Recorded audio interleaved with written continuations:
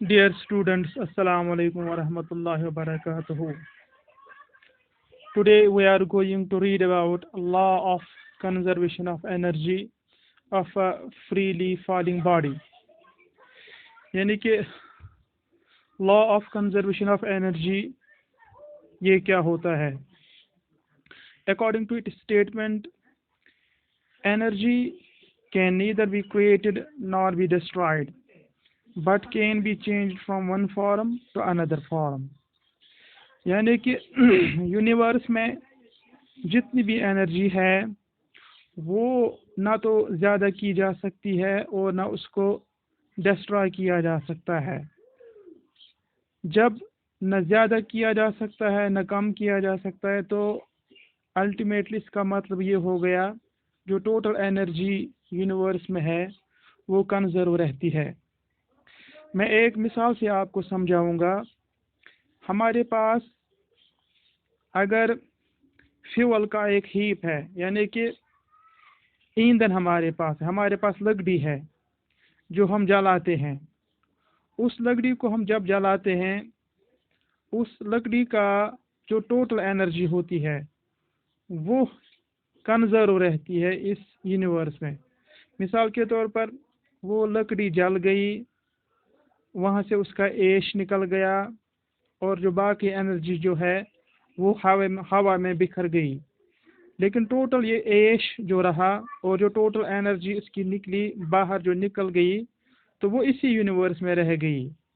लेकिन हाउएवर ये एनर्जी जो है पहले यूटिलाइजेबल फॉर्म में थी, अब ये नॉन यूटिलाइजेबल फॉर्म में है, लेकिन फिर भी इस ये जो एनर्जी है पूरे यूनिवर्स में ये कांस्टेंट रहती है। लेकिन यहाँ पे हमें पढ़ना है law of conservation energy of a freely falling body.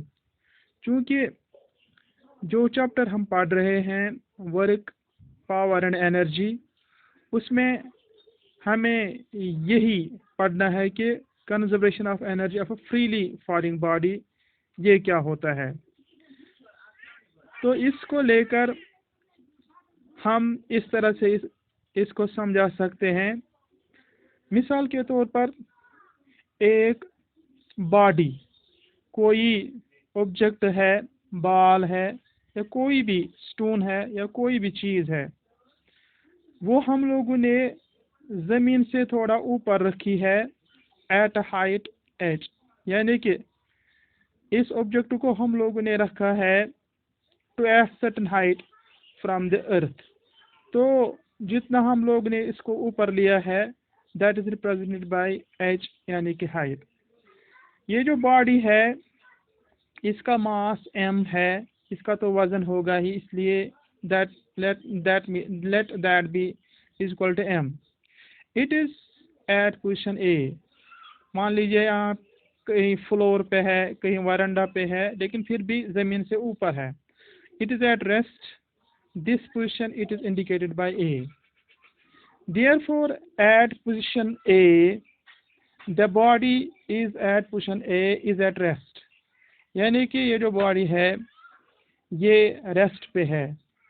तो जब बॉडी रेस्ट पे होती है इसकी वेलोसिटी जो होती है that is equal to 0 metre पर सेकंड। तो चूंकि ये body it is at a certain height from earth, therefore it has energy that is called as potential energy। Therefore potential energy PE at A is equal to mgh। m हो गया mass of the body, g हो गया acceleration due to gravity। क्यों? क्योंकि जब हम इस body को ऊपर ले जाते हैं, ये जो हमारी अर्थ होती है it attracts this body towards the earth। therefore इसे कहते हैं acceleration due to gravity। और ये h, therefore potential energy is equal to mgh। तो potential energy of body at A that is equal to mgh। फिर हम देखेंगे kinetic energy किसके बराबर है। Kinetic energy at A, kinetic energy की फॉर्मूला है 1/2 mv²। Since the body here eight A it is at rest, therefore v is equal to 0। Therefore, 1 by 2 mv square becomes 1 by 2 m multiplied by 0 square is equal to 0. Therefore, kinetic energy at A is equal to 0. Potential energy mgh or kinetic energy 0. Therefore, total energy of body at A is equal to Pe plus Ke. That is mgh plus 0 is equal to mgh. Case first. Now, we have allowed the body to fall from position A to position B. तो पहले यहाँ थी, अब ये यहाँ पे आ गई. It has covered a certain distance x from A to B. यानी कि जब ये A से B तक आ गई, इसने इतनी डिस्टेंस कवर की है, let that be x. मगर अब ये अर्थ से कितनी दूर है? पहले यहाँ से लेके यहाँ तक it was first h at height h. अब ये ऊपर से नीचे यहाँ तक b तक आ गई है. अब ये अर्थ से ऊपर रह गई h माइनस x. मिसाल के तौर पर अगर ये बॉडी पहले थी 15 मीटर ऊपर, 5 मीटर ये नीचे आ गई. अब यहाँ से लेके यहाँ तक सिर्फ ये 10 मीटर ही है. यानी कि अगर पहले ये 15 मीटर थी यहाँ ऊपर से नीचे तक, बॉडी यहाँ ज़मीन से लेके ऊपर तक यहाँ तक 15 मीटर. अगर ये 5 मीटर नीचे आ गई, 15 में से 5 काटो तो वहाँ पे यहाँ से लेके यहाँ तक 10 रहेगा. h minus x. At position B, height of body at position B is equal to, अब यहाँ से लेके यहाँ तक जितनी हाइट बनेगी that will become x h minus x. Therefore, height of body at position B is equal to h minus x. यानी कि height h minus x. Therefore, potential energy Pe of the body at B is equal to mgh. ये h जो है इसका value है h minus x, क्योंकि body अब सिर्फ अर्थ से यहाँ से लेके यहाँ तक दूर है, that is h minus x. Therefore, इस h के बदले हम वैल्यू दे देंगे h माइनस x. तो mg multiplied by h, that is mgh minus mg multiplied by x, that is mgx. अब चूंकि बॉडी जो है ये यहाँ से यहाँ तक आ गई है, therefore it has certain velocity. Therefore it has certain velocity, that is v. Since the body is falling towards earth, therefore it has velocity v. जब इसकी velocity v है, then kinetic energy Ke of body at B is equal to m 1 by 2 mv square. अब हम यहाँ पे assume करते हैं जब ये बॉडी यहाँ से यहाँ तक आ गई, इसकी वेलोसिटी v थी, यहाँ पे आके रुक गई. तो कैलकुलेशन ऑफ v, ये जो v है फाइनल वेलोसिटी, इसकी वेलोसिटी जो है वो हम किस तरह कैलकुलेट करेंगे? यानी कि पहले इसकी यहाँ पे इनिशियल वेलोसिटी थी, अब यहाँ तक आ गई, ये यहाँ पे रुक गई, इसकी फाइनल वेलोसिटी क्या बनेगी? That will be v. तो वो जो वेलोसिटी है वो हम किस तरह निकाल सकते हैं? क्योंकि यहाँ पे ये इनिशियल वेलोसिटी पे थी u और यहाँ पे इसकी फाइनल वेलोसिटी v आ गई, तो v और u ये दो हैं जो हम लोगों ने थर्ड इक्वेशन ऑफ मोशन पढ़ी है पहले चैप्टर में, मोशन में. उसमें तीसरी इक्वेशन आती है v square minus u square is equal to 2as. और where s is equal to h, ये फ्री फॉल है इसलिए डिस्टेंस ऊपर की ओर मेजर की जाएगी, दैट इज h. और a acceleration due to gravity, it is here is equal to g. Since u is equal to 0 metre पर second, therefore v square minus u square is equal to 2gh, और v square is equal to 2gh. तो इसका मतलब हो गया ये जो x है, h ये ऊपर से नीचे तक जितनी आ गई है वो आ गई है, दैट इज x. इसलिए हम लोग इसको रखेंगे, that is v square is equal to 2gx. Put v square is equal to 2gx in kinetic energy is equal to 1/2 mv square. तो v स्क्वायर इसके बराबर है, therefore kinetic energy is equal 1/2 m into 2gx. 2 और 2 cancel हो जाएगा, therefore it will be kinetic energy is equal to mgx. तो total energy of body at B is equal to potential energy plus kinetic energy.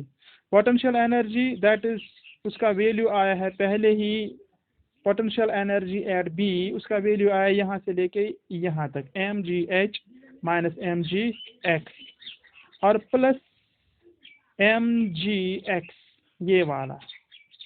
तो जब इन दोनों को add करेंगे, ये माइनस और ये प्लस, ये दोनों कट जाएंगे, तो यहाँ पे सिर्फ रहेगा mgh. Equation second. अब let this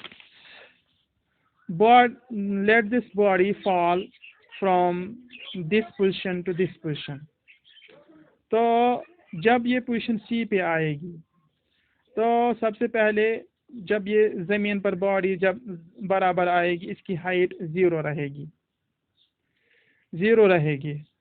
और इसकी जो हाइट है वो ज़ीरो रहेगी. इसके बाद at position C h is equal to 0, potential energy Pe at C is equal to mgh 0 के बराबर है, therefore mg multiplied by 0 is equal to 0. Kinetic energy Ke at C is equal 1/2 mv square. यहाँ पे भी हमने ये जो v है ये कैलकुलेट करना है किसके बराबर है, क्योंकि जब बॉडी वहाँ पे रुक गई तो उसकी इनिशियल वेलोसिटी अब आएगी u that is equal to 0. तो फाइनल वेलोसिटी उसकी बनेगी v square minus u square is equal to 2as implies that v square minus 0 is equal to twice gh, क्योंकि a के बदले g, s के बदले h. Therefore kinetic energy is equal to 1/2 m v square is equal to 1/2 m into twice gh. ये 2 और ये 2 cancel हो जाएगा, वहाँ पे रह गया सिर्फ mgh.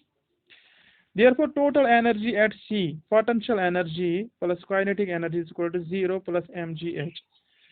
0 plus mgh हो गया mgh. तो from first, second and third, ये second है, ये भी mgh आ गया है, ये third है, ये भी mgh आ गया है, और जो A है एट पोजीशन A वहाँ पे भी टोटल एनर्जी आ गई है mgh. Therefore it is clear from equations 1, 2 and 3 the total energy remains constant in free fall. Therefore according to this law, energy can neither be created nor be destroyed, but can be changed from one form to another form. This is what we called as law of conservation of energy. Dear students, इसकी explanation थोड़ी लंबी है. मैं आपसे गुजारिश करता हूँ आप इस वीडियो को 2 बार 3 बार सुनेंगे और इसकी कैलकुलेशन आप अपनी रफ कापियों पे भी करेंगे और 2-3 बार इसका रिवाइज भी करेंगे, और ये वीडियो आप अपने मोबाइल में सेव करके रखेंगे ताकि आइंदा भी आपको इसकी जब ज़रूरत महसूस हो जाएगी आप इसको बआसानी से वॉच कर सकते हैं, पढ़ सकते हैं और इससे मदद हासिल कर सकते हैं. तो बच्चों आज के लिए इतना ही. आप खुश रहिए, अपने घर वालों को भी खुश रखिए. वस्सलामु अलैकुम वरहमतुल्लाह.